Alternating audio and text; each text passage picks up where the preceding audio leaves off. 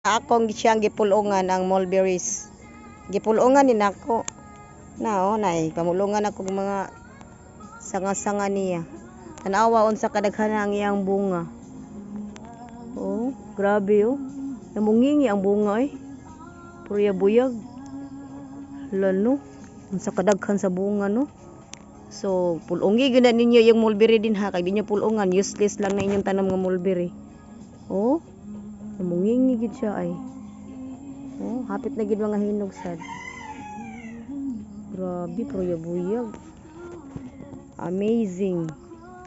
Amazing ang atong mulberries. Oh.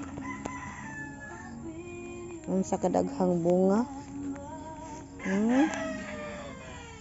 Hala no. Hala no.